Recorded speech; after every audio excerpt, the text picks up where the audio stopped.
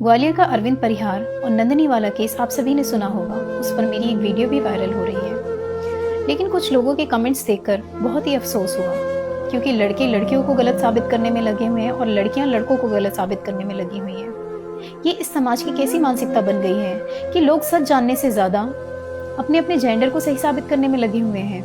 लेकिन सच तो ये है कि नंदिनी बिल्कुल गलत थी।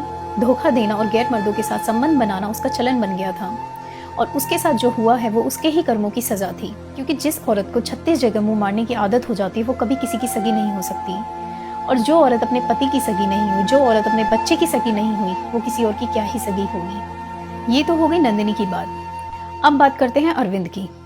लेकिन क्या अरविंद सही इंसान था? मेरी नजर में तो नहीं, क्योंकि अरविंद भी 3 शादी कर चुका था और नंदिनी उसकी तीसरी पत्नी थी।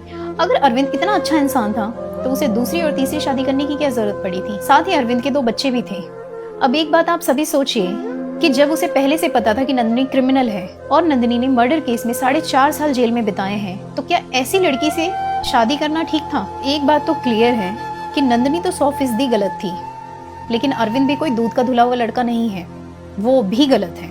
लड़की गलत थी, उसे इसने सजा दे दी, लेकिन लड़का भी पूरी तरह से गलत है और वो भी सजा का पूरा हकदार है। जब भी कोई नया क्राइम होता है तो लोग पुराने क्राइम को इस क्राइम से जोड़ने लगते हैं कि फलाने केस में लड़के के साथ लड़की ने बुरा किया तो फलाने केस में लड़की के साथ लड़के ने बुरा किया, और तो और पुराने केस को खींचकर इस केस से मिला देते हैं। तो मैं आप लोगों को एक बात क्लियर करना चाहती हूँ कि हर केस अलग होता है और हर केस की एक अपनी अलग कहानी होती है। और अगर मैं इस केस की बात करूँ तो इस केस में ना तो लड़की सही है और ना ही लड़का, दोनों ही पूरी तरह से गलत है। मैं आप लोगों से सिर्फ इतना कहना चाहती हूँ कि क्राइम को सिर्फ और सिर्फ क्राइम की नज़र से देखिए, बजाय इसके कि ये क्राइम किसी लड़की ने किया है या किसी लड़के ने, किसी हिंदू ने किया है या किसी मुस्लिम ने।